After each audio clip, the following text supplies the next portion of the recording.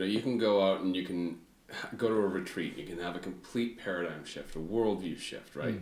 And then you start to, form new beliefs. So you've worked on the worldview level, you've worked on the mental level.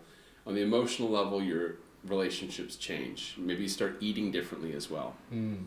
But the real physical material kicker for people is finances and economics. Yeah. And the thing that I've realized is as long as we feel trapped by money, money remains the number one religion in the world, of which 8 billion people are worshiping constantly by thinking about money all the time.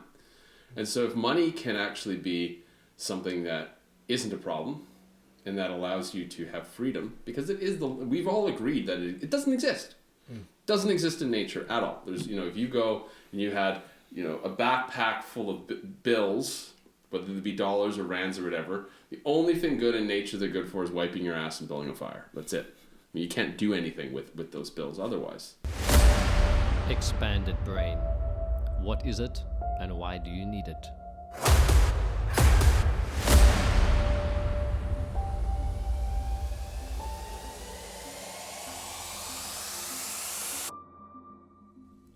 Expanded brain is a unique nootropic, a cognitive enhancer designed to get you into the ultimate flow state. We all know what state that is, when hours feel like minutes and we are so completely absorbed in what we are doing that the usual distractions are non-existent. Expanded Brain has been designed to allow you to get into that state daily.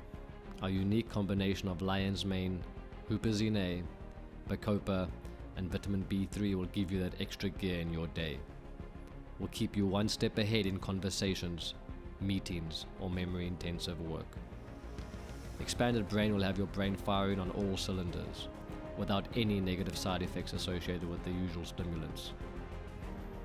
Expanded Brain promotes neurogenesis, memory, and focus. It improves brain function and helps alleviate stress and anxiety due to its adaptogenic properties. This unique formula is designed to inhibit the breakdown of acetylcholine in the brain. Acetylcholine is a neurotransmitter and neuromodulator responsible for keeping you in the zone. Vitamin B3 has been strategically added to this blend to dilate the blood vessels and increase circulation throughout the body and across the blood-brain barrier. For results that are tangible, try Expanded Brain today. You won't be disappointed.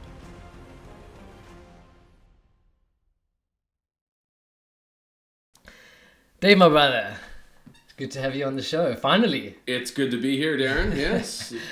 Long overdue, it feels like we should have done this years ago. It's so funny you said it. I was thinking about that this morning, and I know we went to do a podcast quite a while ago, and I kind of beat myself up. I was overcommitted. I just left my job. I think 100 million things were going on, but thinking about it this morning, I was like, I'm so glad we didn't do it back then, because it's all in just perfect timing. Since then, I've gotten to know you on a bit of a different level and been able to plug into some of your courses and offerings and realize that there's so much more to you than what I initially wanted to actually chat to you about, which was the sound healing that I had attended with you. So I'm so glad we're actually doing the podcast today and not back then. So once again, it's just perfect timing. All these things are just, Totally. I mean, there's two ways we go about it, right? If we do a lot of things, we tend to jam things in just to say we did them. And that's sort of the mental way of going about things. It's like, oh yeah, I want to do this because there's a deeper urge there, but the mind gets involved and it tries to fit it into a schedule to get it done. But if we're slowed down and we're understimulated, we can allow the timing to present itself, and then things naturally come about. And that's really where something else emerges, something that's greater. And usually the people leaving that experience, they feel this elation and the sense of euphoria. And that's not always possible when we're running around and overcommitted. So there's never a need to apologize. And that's typical, is we think we need to apologize for something, but there's no need to apologize, because it just clearly, actually, it was a good thing we didn't try to fit it in back then, because now is the time to have this conversation. Exactly. That's beautifully said. And I think that when we force things and trying to get things done, 101 things because we think we need to do it, we kind of get met with resistance. And once we kind of release it and let things unfold, take a bit of a step back sometimes, they kind of align in a way that we better than we could have imagined. Yeah.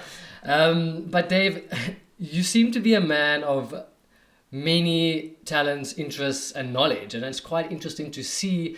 I want to pick your brain on your kind of personal philosophy of how you approach these different interests in your life, because you seem to, I think you told me once, you learn, you do, and you teach. And I love that because it's so simple and profound, yet I think so overlooked. And you seem to go deep onto certain subjects that interest you and not just kind of scatter yourself everywhere and try to do a bit of everything. You really, once you get interested in something, you really plug into it. Totally. Tell me a little bit more about that philosophy and how that came about, and also how did a Canadian end up in Scarborough? Yeah, those are all good questions. Kind of all the same answer though, and that is following what feels right, what I'm really passionate about. And sometimes the things I'm really passionate about, if you expose them too early, people will say they're pipe dreams. They'll say you can't really do that or that, because they've got their own limitations of things. They've got their own fears because they're committed to something. They've bought into something so deeply, and that thing might be holding them back dramatically, and they don't want to face it yet. So they then project their fears and their restrictions onto you. But for me, what it was I basically started traveling extensively in 2018 because I was essentially just following the nectar of what I would call a spiritual practice back then, and just what that was unfolding into. There was a job offer to move to Australia. I moved to Australia, then funnily enough, from Canada to Australia. Then that job sent me to Arizona, so I'm back in the U.S. Then I went to Hawaii and Costa Rica, and then I ended up going to Bali. I quit the job altogether. I went to Bali, met Vanessa, was doing all sorts of crazy sound research there, and then we came to South Africa to play a gig. Lockdown started. South Africa seemed like a good bet. Honestly, I haven't done much traveling since the beginning of lockdown. I really, one thing I'm not passionate about is putting anything into my body that I didn't want there in the first place. you know? So when people ask me, how come you're not okay with testing, or why don't you get vaccinated? It's like, I actually don't know what's in those. Do you know the ingredients in that? And most people are like, huh? They don't know. No one knows. So I'm like, until we know and until we can actually deem anything safe, nothing goes in the body. And I don't care if this is somebody at the airport or if this is somebody elsewhere. So I've been basically living a lifestyle, and Scarborough is a kind of place where you can have that freedom. I mean, if you want to wear a mask, you can, and if you don't want to wear a mask, you don't have to either. And people are pretty relaxed about that, which is awesome, because I don't care who says what is law. We've had plenty of dictators in the past try to dictate what law is. And it's turned out to be something that is genocidal and abusive and terrible. This is in many cultures in many different times in history. So what the law of the land is not necessarily morally or ethically correct, or it may not be in alignment with natural law. Yes. And so there is this larger concept of natural law, and then there's our own nature, and somewhere they overlap. And that overlap is where things can get really interesting. That's where sort of we can explore the non-linear, the exponential. When we're existing out of the mind, what we think we should do, it's sort of this linear progress. And that comes from learning skills as well. So what I found with learning new skills is people often think, well, I need to go and I need to find a school to learn this. I need to find a program that will teach me this thing. And oftentimes, if you go to conventional college or university, you're beating yourself over the head with books all the time. I sure did that. And I didn't actually learn a lot, because it's not the way that I wanted to learn. And so I wasn't very interested. But when I started to learn things on my own because I was interested, I found I could learn things extremely quickly. And that I would learn at a different pace. So I'd learn a bit of information, and then I'd go play around and experiment with it. Or I'd learn by imitating. So I'd, trace a drawing, for instance. I was learning digital art last year. You just sort of, you play around with it, and you kind of figure out what you want, where you want to go next. But in order to do that, you kind of have to have a solid foundation of things. You have to have a foundation knowing, okay, what is the next step? Because when you're new to something, you actually don't know anything about it, and you just need to actually get to step one. Yeah. And step one is sort of a general survey of the landscape. And so when you learn that and you do that and you actually survey the landscape, then you can go and you can teach it. You can then relate to other people who have no knowledge at all of that landscape, what the landscape looks like. You don't need to be a master to do this. And oftentimes, you don't really want a master to be helping you with the initial steps because they're usually irritated. They usually bypass those first initial steps. And if they forget what it's like to be on the journey. And they only know how to master the one thing that they do. But if you're a master at learning how to do things, that's a completely different skill set. That's what I call being a deep generalist. And that's what I say I am, is that I go deep with a broad range of skills. Because what we're talking about at this time in history is a complete rewrite of how we do everything, of how we live in society. Yeah. So everything's up for grabs, the way we do relationships, the way that we honor our self-care, the way that we conduct an economic system, an educational system, a nutritional system. All of these things need to be reassessed. And many cases we're getting rid of large parts of these systems as we're innovating upon new ones. So I actually have to look into all these different areas to know how a society fits together. There's so much I'd love to touch on there. I think taking back your own power is where it's at. Like you said, we often go to external people to learn, or we go to universities to learn, and we expect other people to kind of give us these things, but we can go out and learn things for ourselves and take it upon ourselves to become versed in these things. One thing that I find fascinating with you is looking into the more esoteric, spiritual side of things. And I've been on my own, I suppose, path and journey of seeking, looking into various things. And I've seen a lot of people getting stuck into one thing, and that becomes their identity, and this is what it's all about, and kind of get lost in it a bit. And I think it is, trendy to be all spiritual and everything's love and light these days, and that's great. What I love about you is you really are well versed in all these different topics, but you also are happy to stand in your authentic self and say, like, fuck no to certain things, and have these hard conversations about things that many people in this community don't want to talk about. And it's been interesting for me watching what's going on in the last year, and that's also what pulled me to Scarborough, to plug out of the craziness and start to meet people like yourself and realize that there are people doing things a different way these days, and it's amazing to see. So the first time I met you, we did you and Vanessa hosted a sound healing experience. So that's something also that's fascinated me for a while, and as we start to understand, through life, and I've started to understand that everything is vibration. You can break it down to everything is a frequency, a vibration. And I've really been fascinated with the sound healing, I suppose that's how you term it. One thing, again, that just put me into a kind of insane state experience was one of your soundscapes I listened to recently on the course. And doing something in terms of experience, energetic release, using sound to work on the body. For a second, can we delve into your sound experience and how you got into that and how it actually helps, heal? It takes about 30 minutes to tell the whole story, but I'll kind of give you the brief points. Okay. Part of this whole trip where I moved out of Canada and started traveling the world and ended up here, the first thing I did in there was, funny enough, I had known about this guy for a long time. He was a crazy spiritual teacher from like the 60s and 70s, but in the 2000s he started getting into programming spiritual video games, and he was a musician and an artist. He was kind of like me, where he did everything, and I liked that about him. But anyway, I was watching a video of him and he was saying, try out these spiritual video games, and there's one called Enlightenment and one called, I think it was Love or something like that. So I did Enlightenment, and it literally, or Prosperity, that was the other one. And I literally felt like I was on some sort of powerful hallucinogenic coming out of it. And I'm like, whoa, that was a metaverse. It was like an alternate world. You went around through this labyrinth, and there was these deities around you and this crazy music, and it felt like the afterlife. And you picked up these relics. It was basically like affirmations. But you're going through this labyrinth and you're doing this. And I felt very different. And then I tried another one, and literally the next day it was Prosperity, and literally the next day money started flowing into my life. Wow. And I'm like, what is this? Holy shit.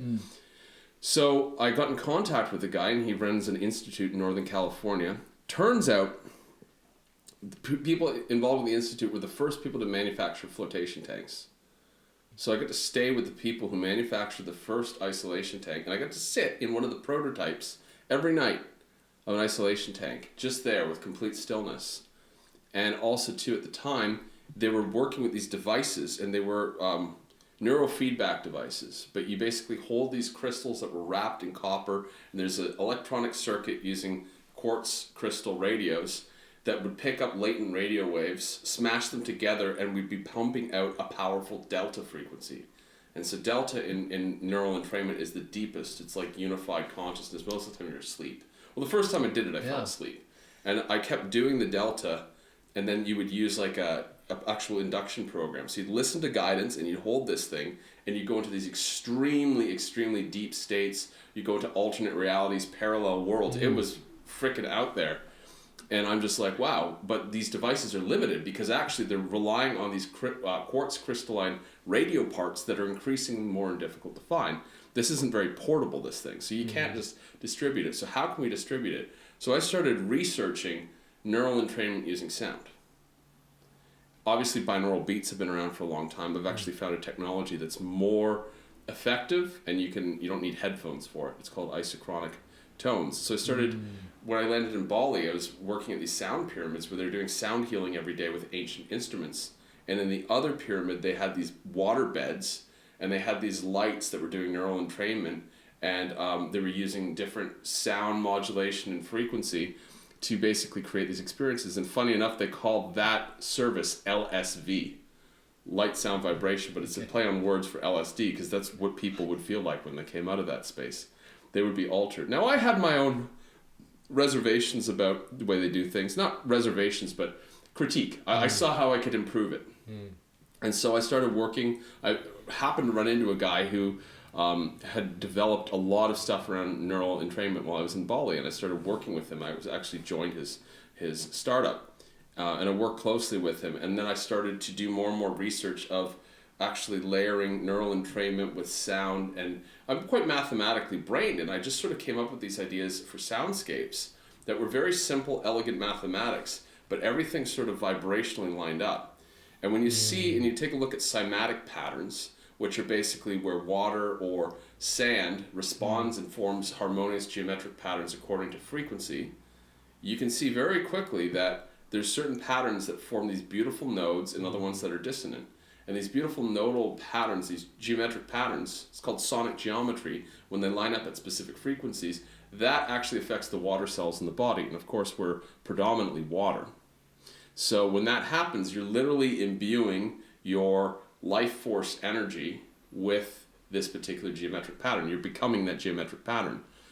And so when you do that, there's 3 layers to this. So you have the music of the sound, which is imbuing this geometric pattern.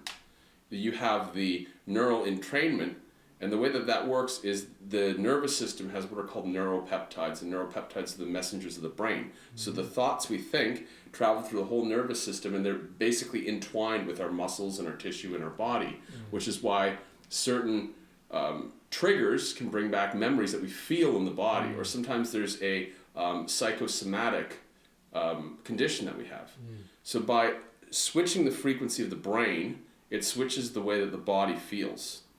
So now picture these 2 things working in conjunction. The body feels different, shifted into a different frequency state where it can self-heal, auto-heal, figure out what it needs to do. And then you're being imbued with this sonic geometry at the same time. And the third thing is adding in nature sounds from very powerful places, and adding in the spoken word and voice. And what that does is that actually allows the mind, so the mind and the brain are different things, but allows the mind to have a focal point. And so you can actually then very powerfully crystallize whatever you're trying to materialize, because the rest of you is tuned into that frequency. So in this case, we spoke about prosperity, and so I picked a frequency, a sonic geometry frequency that literally enlivens the cells of your body for prosperity.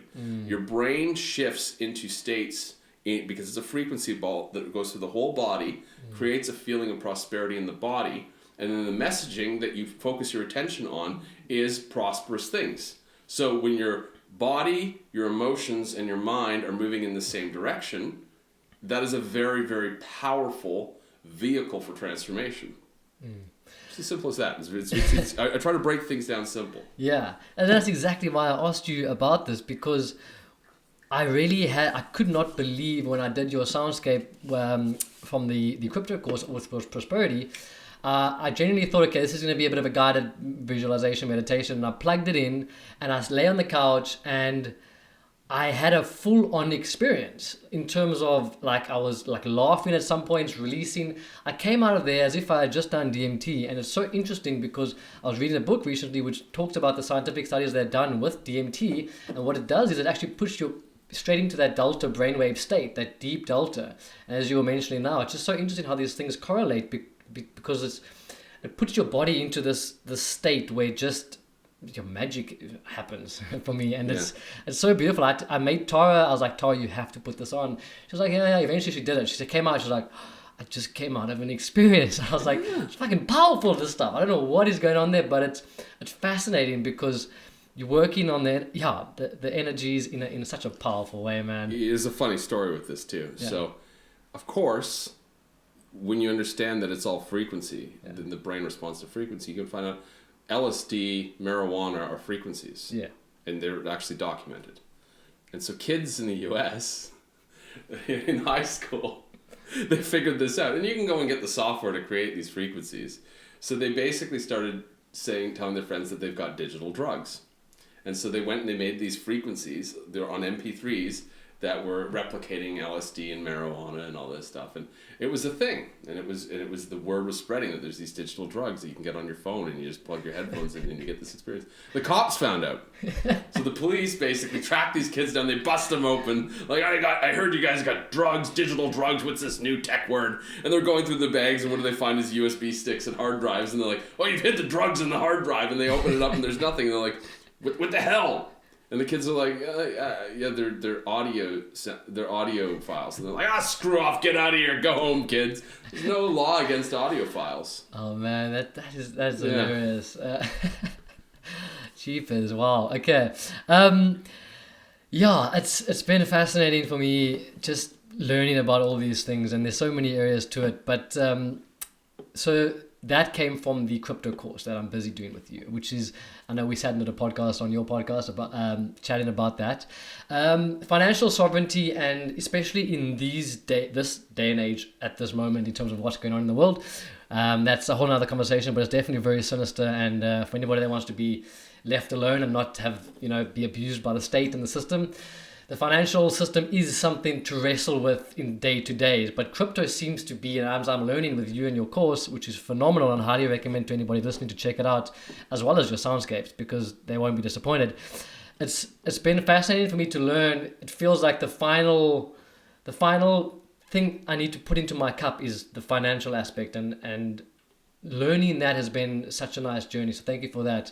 How did you get into the crypto? What was your introduction to that? Was that just an offshoot of you wanting to become completely independent, or how did you get into learning all about that? Well, here's the way that I see it, is that, you can go out and you can go to a retreat. You can have a complete paradigm shift, a worldview shift, right? And then you start to, form new beliefs. So you've worked on the worldview level, you've worked on the mental level.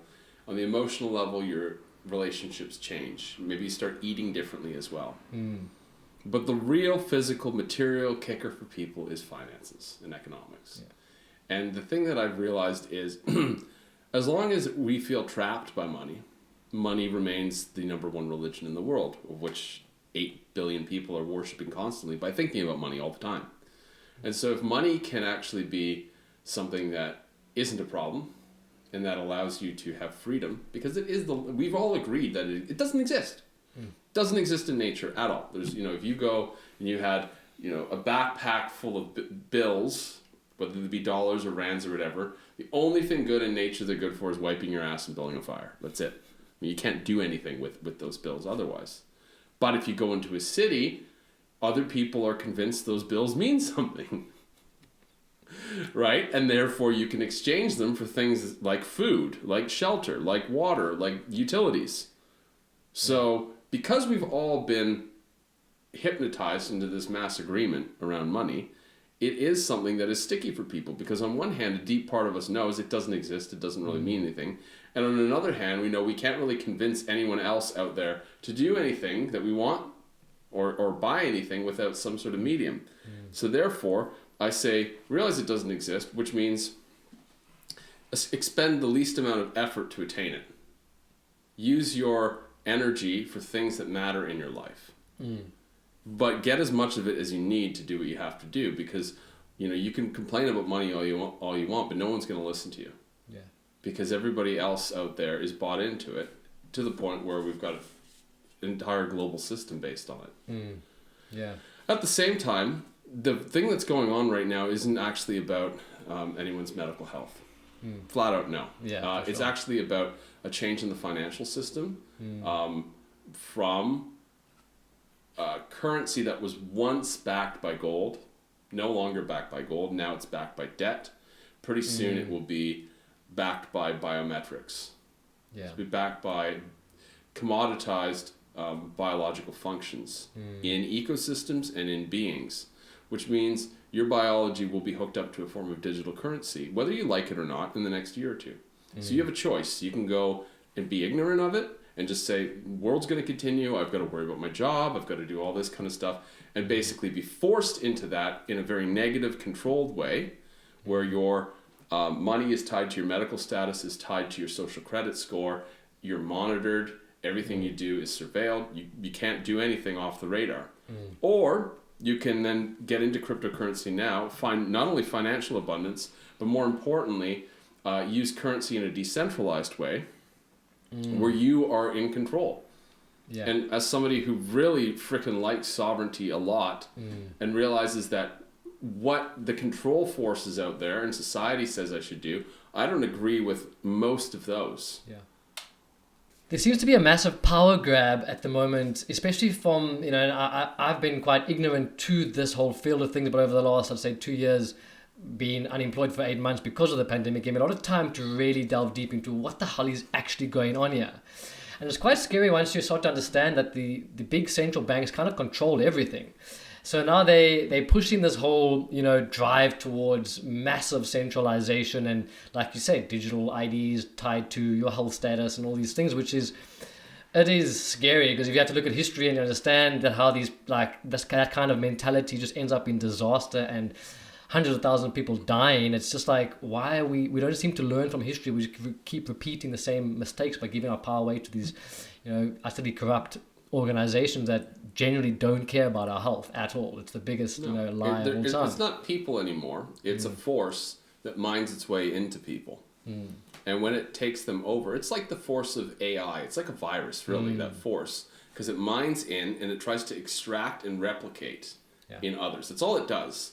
And people don't know. So there's no real conspiracy of people. Like, they are meeting in rooms and stuff, but they think what they're doing is perfectly normal.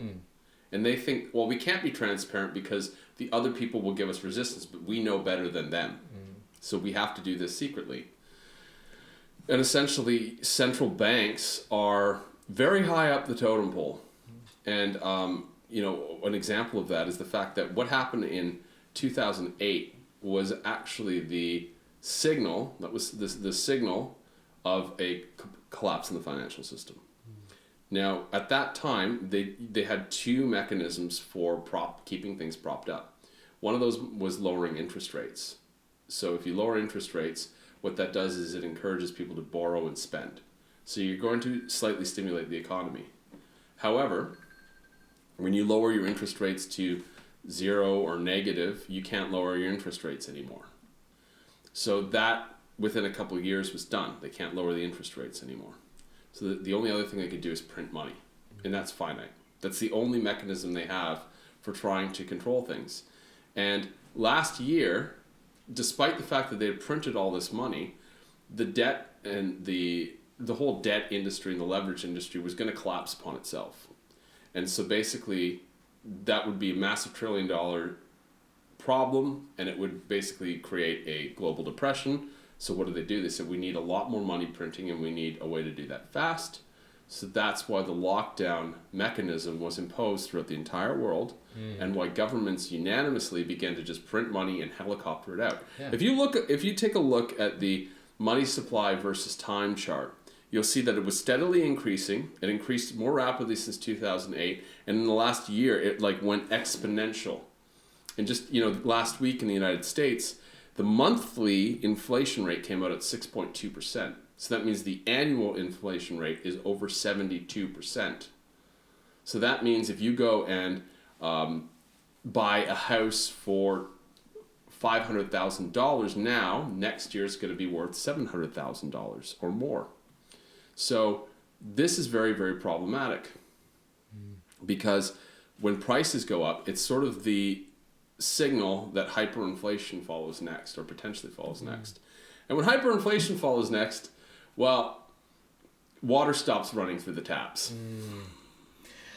Yeah, I've been really once I started looking into that and realizing how they're printing money, and they can't, I suppose, or correct me if I'm wrong, like when is there must be a collapse at some point, because if you look at history, apparently all fiat currencies will always collapse. So it's not a sustainable way of doing things. So absolutely not. So me having my money in fiat currency in the bank and realizing that it's actually essentially worthless, and if there is this big collapse coming because of the way things are going, that's going to be worthless. So now being able to shift over to a bit of crypto, starting to realize that if that falls apart and you've got your money invested in crypto, am I correct in saying that you're in a better position because that value has... can you talk to that? Sure, yeah, okay. So if you really want to know about storing value, I'll give you a very simple example. In 1950, I'll use dollars for example. Are your listeners mostly in South Africa? Yeah. Okay. Well, I'll use rand then, all right? So let's just say in 1950, you go out to the store and you buy a loaf of bread for 5 rand, okay? And nowadays, that loaf, or not even, probably 1 rand. Like, it's probably 1 rand then. And nowadays, you go to the store to buy a loaf of bread and it's 50 rand or 55 rand for a nice loaf of bread.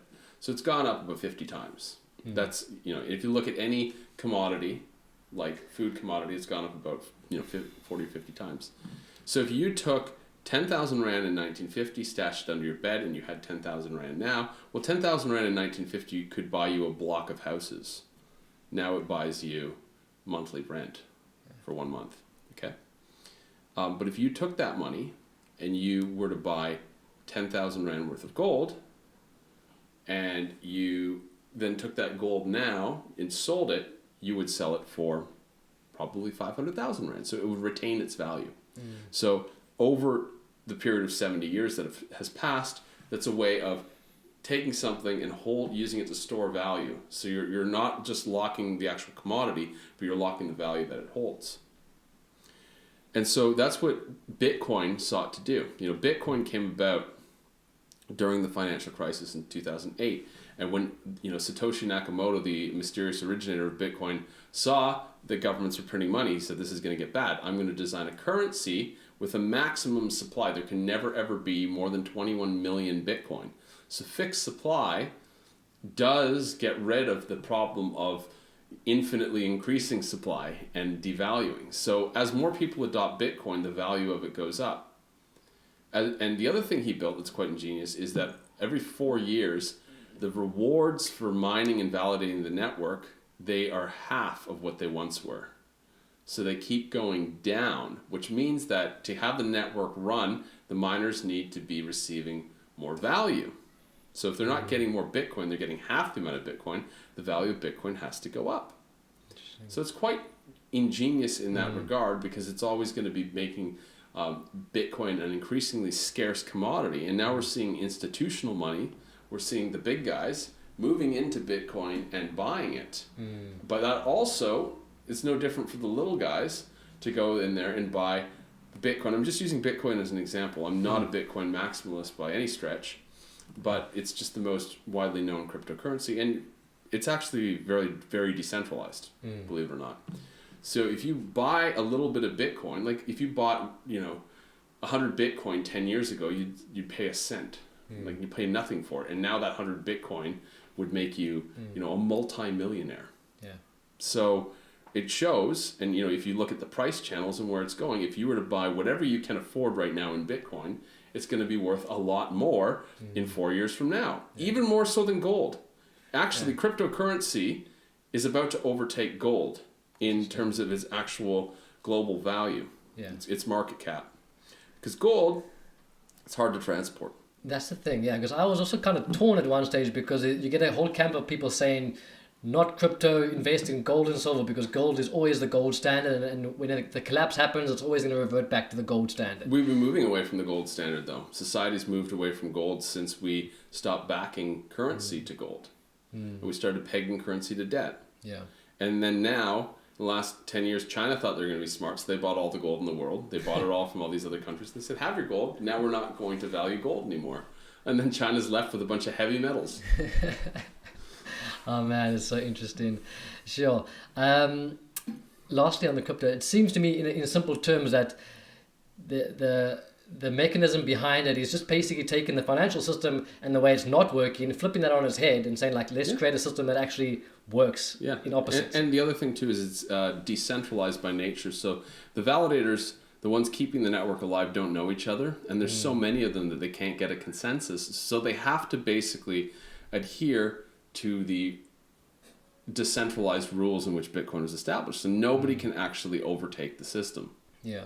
And that's the thing about the beautiful part about decentralized cryptocurrency is that you don't get a consensus.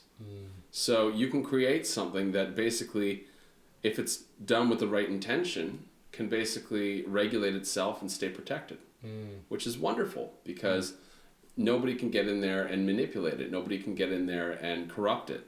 And that's the problem with anything else we've created. Yeah. Every other system humans have created, whether it was started off with a benevolent intention, eventually gets corrupted by people who are power hungry, people who've been mined into by this force, this virus force. Yeah. And it seems like if you look at nature, decentralized networks is the way to go. Anything centralized always just it will fall apart or it will get corrupt by its very nature. But if you have kind of decentralized, even smaller communities looking after themselves instead of one big government telling everybody what to do, the more decentralized things become, it seems like there's more harmony in nature, which is definitely I found to be true, and it replicates throughout various different topics. So the decentralized finance just it lands so well because it makes sense. Good. So I'm excited to learn more, and as we're going on this journey. The other thing too with cryptocurrency is people hear about the insane gains that you make with it, and if you're smart, you can make those gains. If you're dumb, and I shouldn't say dumb, but if you're impulsive and you're uneducated, you might get lucky in the first thing you do, and then have a very bad streak of luck after that and lose a lot of money. Yeah. So that's the thing is if people get lucky initially, they will keep trying. And sometimes it's 50-50 chance. It's 50-50 chance this thing goes way up in value and 50-50 chance it goes down. Yeah. It goes to zero. So you need to have strategies of making your risk less than 50%. It's a terrible risk to have. 50% chance you lose your money. Yeah. Nobody really wants to do that. But we go in with hope and euphoria and greed and all these other things, and they cloud our ability to recognize that. For sure. I mean, and I spoke about it on your podcast, but when I initially got into it, I'd lost 50,000 Rand because I don't know what I was doing. I basically got scammed, and it kind of turned me off the whole thing. But really educating ourselves on it can give you a good, strong foothold to understand the space and move into it. I wanted to segue into astrology because something that I've only recently started to start looking into, and obviously coming to you for that astrology reading. It was really interesting, and just like I left there after that day and it was exactly what I needed to hear, which is so interesting, but I still find myself kind of being kind of skeptical of it all, but it's fascinating to me. And you also, I know you talk about even using these esoteric principles and understandings even in the crypto world, but astrology itself, like how did you get interested in that, and what exactly for people who, I mean, there's so much out there on astrology, but what does it mean to you, and how does it kind of influence people's lives, and how can you use it to actually in a productive, I suppose, way? Yeah. So I prefer what's called evolutionary astrology. And evolutionary astrology basically says over a 26,000 year cycle, the Earth basically wobbles on its axis once. Yeah. And every 2,000 years, the spring equinox, the sun rises in a different zodiac sign. And these zodiac signs are basically at the highest point in the sky. The ecliptic is what it's called. And if you look at human consciousness over large periods of time, 2,000 years, you'll see, oh my goodness, the sign in the sky and what the astrologers say about that matched what was going on. And yes, there's a blend. You can see the blending between one paradigm and another. The Sphinx in Egypt was created to specifically razor sharp look at where we are in this progression. It's called the progression of the equinox. What really, sorry to interrupt you, what really got me fascinated with all of that was Graham Hancock's work at the Fingerprints of the Gods, trying to understand actually what the alignments mean and how it rises and how the different stars, like you say, that precession of the equinoxes, how that little wobble creates that makes sense to me. So it's really fascinating how the ancient people, they had a lot more insights into that world than we do today. Yeah. Well, and the Mayans knew this very well for a prehistoric civilization. The center of the galaxy is a radio station, emitting, pulsating frequency, immense amounts of it, raw consciousness just pulsating from this thing, this higher dimensional but also very palpable waves. And the stars, the solar systems form constellations. And so that raw pulsation of energy travels through a lens, which is a group of solar systems. And so it's then refracted in a very specific way, and it reaches our consciousness in a very specific way. So it shapes things through a lens, right? It's sort of like if you have a white light, like the one that's facing me right now, and you put a filter, you could have a red filter or a green filter or a blue filter, and you could create a completely different mood. That's essentially what the zodiac signs do, is they take this raw pulsating consciousness and they filter it in a specific way. And then humans basically are the receptors of that. That's so interesting. And so when the snapshot of when you're born is a snapshot of encoding that raw consciousness onto a living being. And when that happens, there's a very specific set of characteristics that they'll be working with as themes in their life. Yeah, that's the best, I suppose, explanation of it all I've ever heard, because you can actually put the picture in your mind of this, like you say, coming through a filter, coming through that specific star sign, and that kind of, it's everything's all connected. Well, so the other thing is too that's interesting is the constellations, which are far away.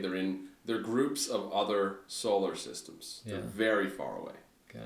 They're the backdrop, they're the setting, they're the filter. But in our solar system, we have the amplifiers. They give the energy, they give the life, they're the characters, and those are the planets. So you have the Sun, Mercury, Venus, the Moon, Mars, Jupiter, Saturn, Uranus, Neptune, Pluto, and some astrologers use asteroids as well, that basically give energy to that filter, so they amplify it. And so those are the two parts. There's the constellation, there's the planet, well actually there's a third part too, and there is where they show up in your life. So it's the setting, the actors, and the timing, you'd say, in this great play. Yeah, the great play of the universe. Yeah, and what I've found is, I don't think anyone would believe it until they try to work with it. And when you actually try to work with it and you start unlocking things and you start reading things for people and they start resonating deeply and you had no access to that information without this tool, you'll convince yourself very quickly. If you get one chart reading done and forget about it, it's easy to remain a skeptic. But when you do it day in, day out, or you have multiple done, you can see very quickly that, hey, there's something going on here. This cannot be a coincidence that this result continues to happen. And I mean, there's astrologers who just aren't very good or aren't very tuned in out there. So maybe people try to overshoot. Yeah. They try to define things, and that's the human error. I wouldn't say it's the actual craft. I'd say it's the human error. Yeah. And delving a bit deeper in this kind of line of conversation, what is your personal view on it all? The mystery of life, all these different tools, these games, these things that we've figured out. Like, do you have a kind of idea for you personally what your understanding of it all is? What your understanding of the higher consciousness, God, all of that, this reality? Do you have any, I suppose, thoughts on it through all your explorations of all these things? We started off as exalted beings in unity, came down, played in the mud, and now we're shaking the mud off and returning to being all exalted beings of extreme potential. We always are that. Yeah. But there's sort of two endpoints, and religion has called them God and Satan, and I wouldn't call them that. I look at things much more scientifically in a way. But there's a unified source, and then there's a source that is like a vacuum, the absolute and the infinite, you could say. And the infinite, it doesn't know itself. It is agnosis. It does not know, and so it experiments and it consumes and it does. And so when that force starts to interplay into a planet or life, it tries to overtake it and consume it and eventually self-destructs. We're at a particular point where there's so much of that force present that we've really lost touch with the interconnected force of unlimited potential. And so as a result of that, we're having this deep feelings and this deep connection that may arise from time to time. But right now, as the frequency of this planet rises, there's also an effort to cut people off from their own spark of infinity, from their own ability to connect with pure love.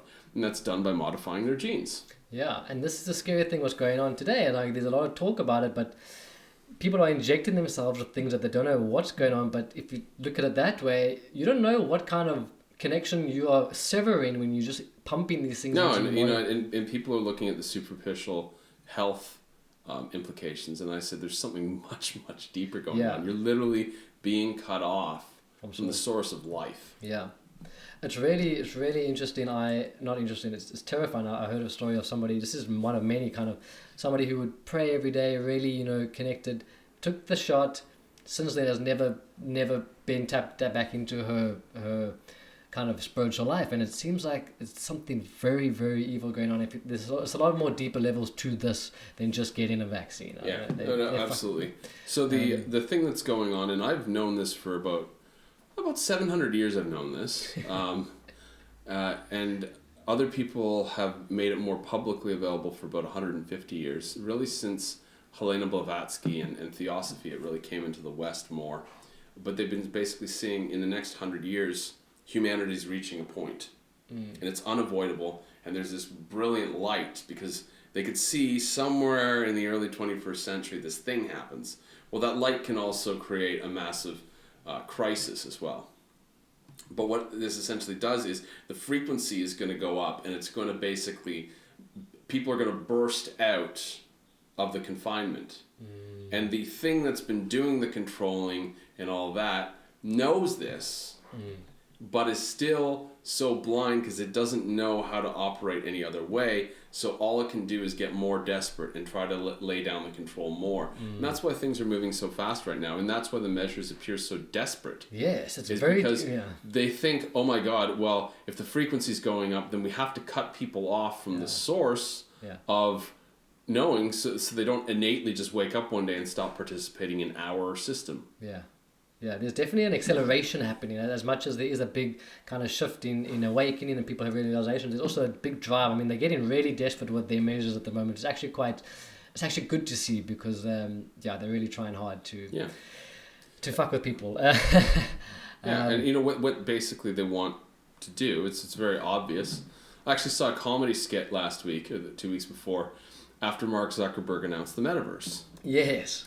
And the comedy skit was so perfect. Like, it was hilariously funny and also chilling. It was these two guys in the year 2025, and they're literally sitting in these pods that are their bathtubs, and they've got a VR headset on all the time, and they're not allowed to leave the house. If they need anything, they order it in the metaverse, and a drone comes and drops it off, and they're eating food pills.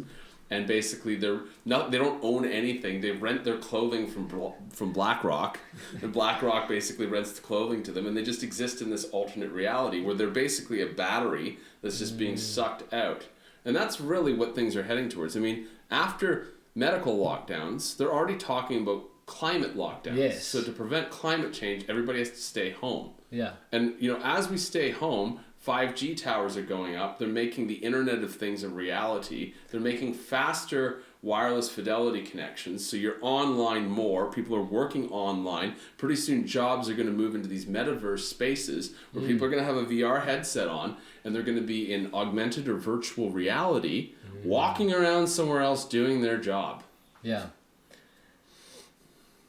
It is quite chilling to think of all that, because there's a generation coming through of there's certain kids who never leave the house anymore. They're just stuck into these games and these walls. So that trajectory of where it's going with this metaverse and what you're talking about is those kids don't buy into it. I see them in the crypto world though. Oh really? Oh, yeah, they don't buy into this. They hate this stuff. They're Interesting. deeply nihilistic. They're tuned out of everything going on out there, and they're tuned into this world of crypto. But they're designing things and they're working with technology to decentralize it, because they know they don't want to be monitored. They don't want to be told what to do. Yeah. So they're bringing their teenage rebellion into the digital arena, and a lot of them are very bright. Yeah.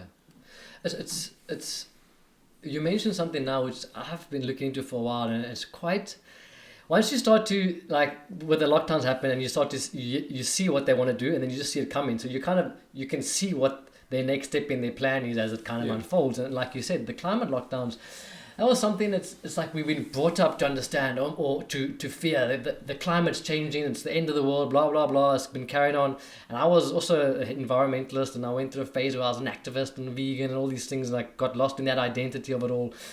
But it's, when you start actually looking into the climate stuff, I would advise people to really look into it, because there seems to be quite a big agenda going on to push for this climate fear, and like you said, climate lockdowns. Here's a simple question. There's a simple question for all these.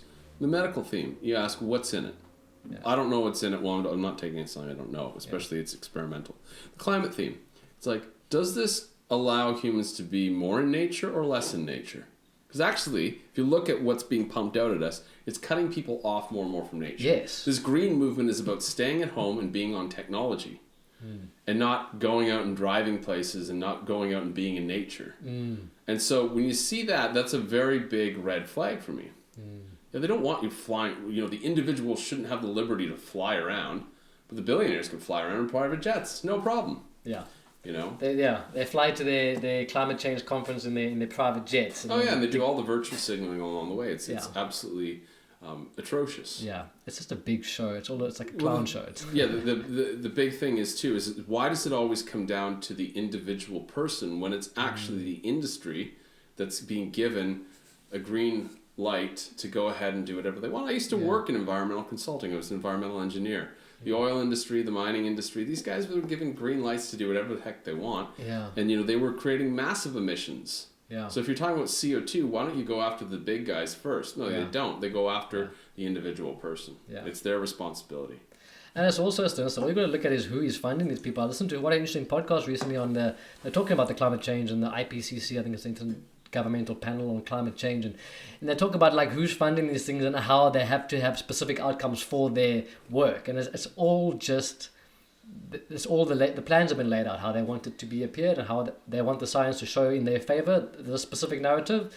Meanwhile, there's varying argument in the whole field, but we've just been sold this one story.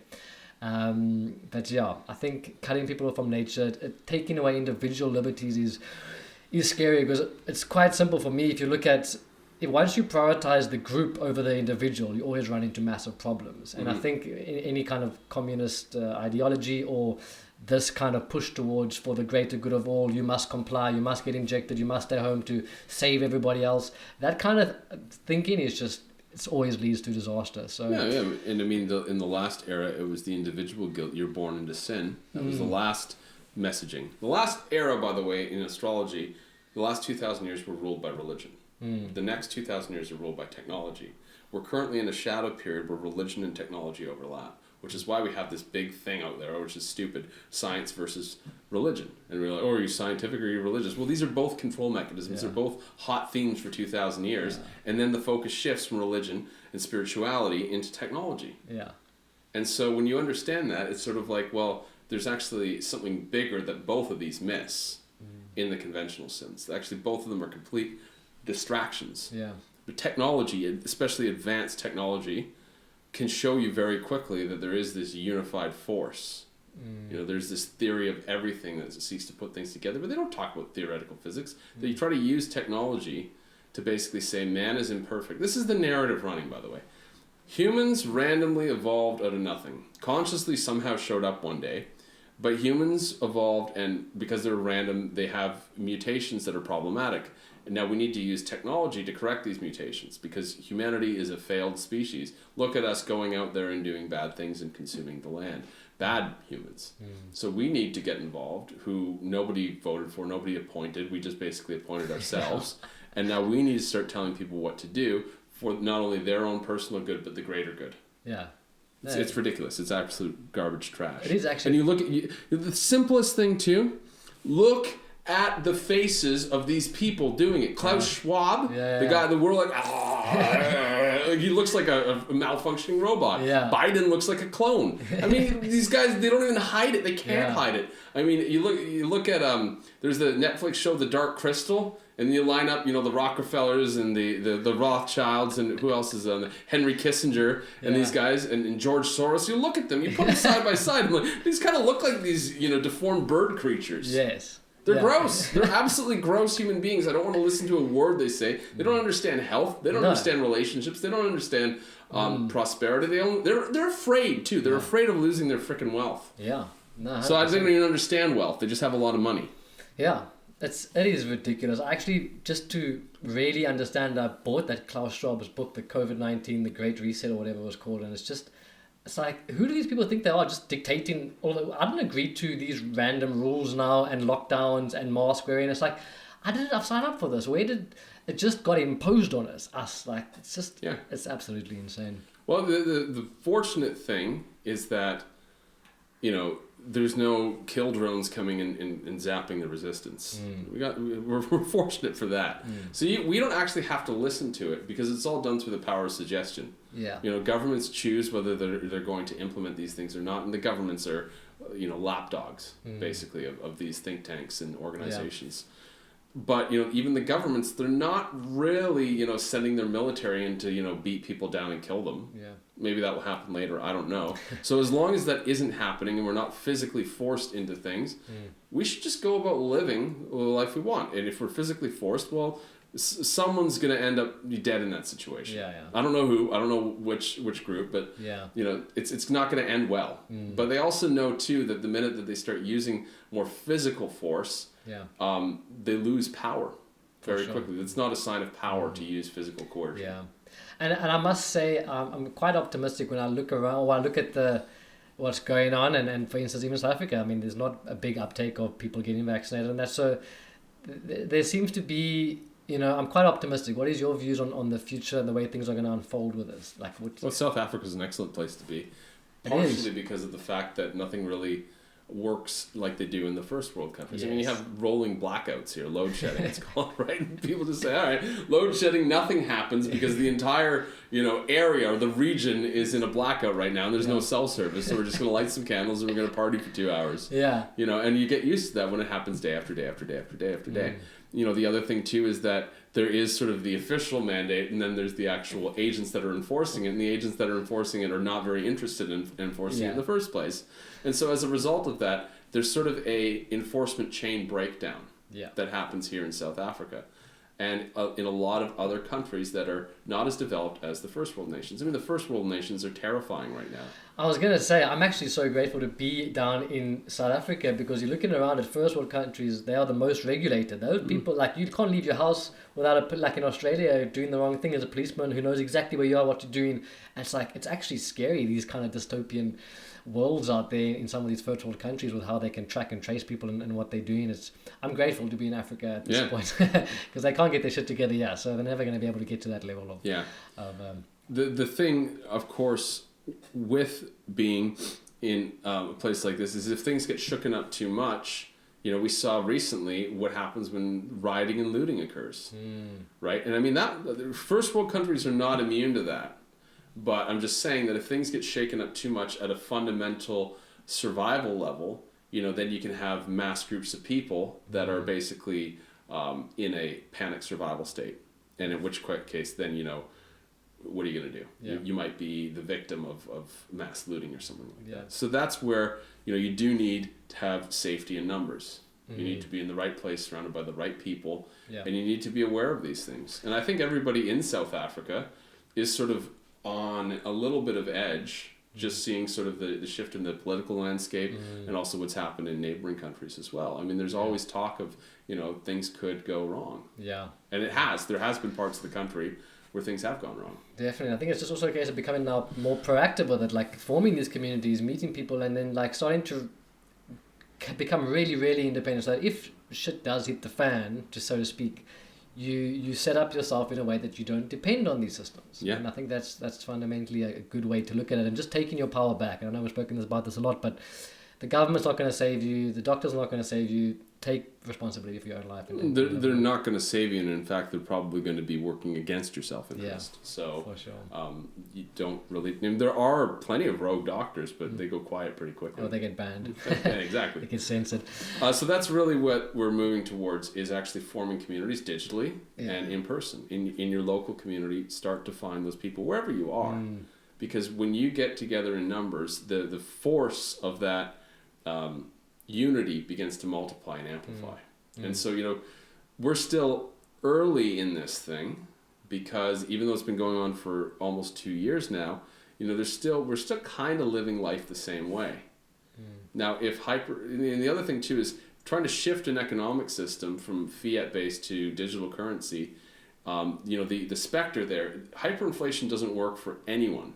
Hyperinflation works against the control forces, because if hyperinflation does its own thing. It creates chaos. The chaos can't be controlled. So if hyperinflation happens too quickly and they can't put the brakes on it, they lose control of the narrative, because people will just basically pander to their own survival.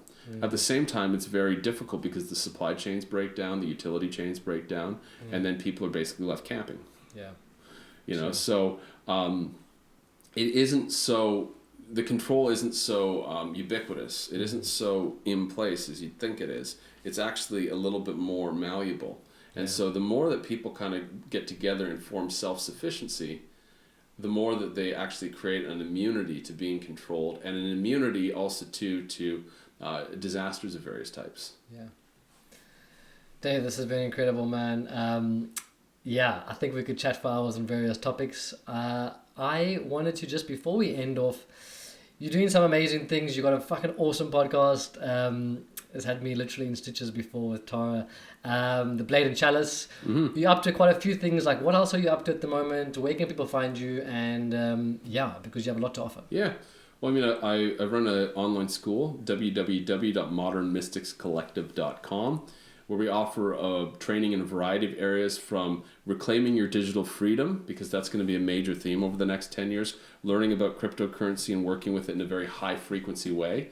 So spending a small amount of money compared to how much you can grow your wealth with that is incredible. I just want to quickly interject there for those listening, because, it is an investment to do this course, but you can go and try learn by yourself and lose a lot more money, and rather invest a bit in a course like this. And I'm on the course, and so I can speak to this. It's really, I actually think the course you could have doing it now is worth every cent. So thank you. And how much time would it be for somebody to go and learn that stuff on their own? They'd spend hundreds of hours. Whereas I've basically compiled it, and I've evaluated what you should look out for and what you shouldn't. So I'm saving you a lot of time and a lot of money by doing that. Sure. And working at a high frequency. I've also offered astrology courses in there too.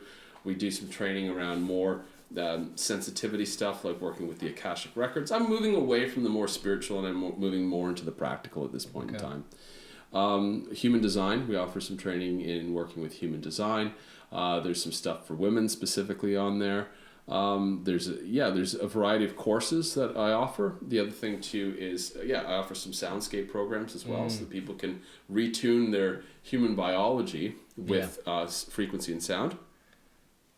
And then in my own work, I'm going to be switching from doing just a podcast to doing a live stream show, because I actually want to create more of a community. I want to be able to give things away to people. I want to basically be able to really foster deep connections with a wider audience. So that's actually what I'm working towards now. I was previously doing more coaching, and I'm doing less and less coaching at this point in time. So the online school, and then creating this syndicated broadcast will be my main focus. It's definitely something that I'm interested in learning more about. So Great. I see a future, a lot more collaborations with you. It's awesome that you literally live down the road, and it's been a pleasure getting to know you. It's a pleasure jumping on your show, Darren. Thanks so much, Dave. Appreciate it.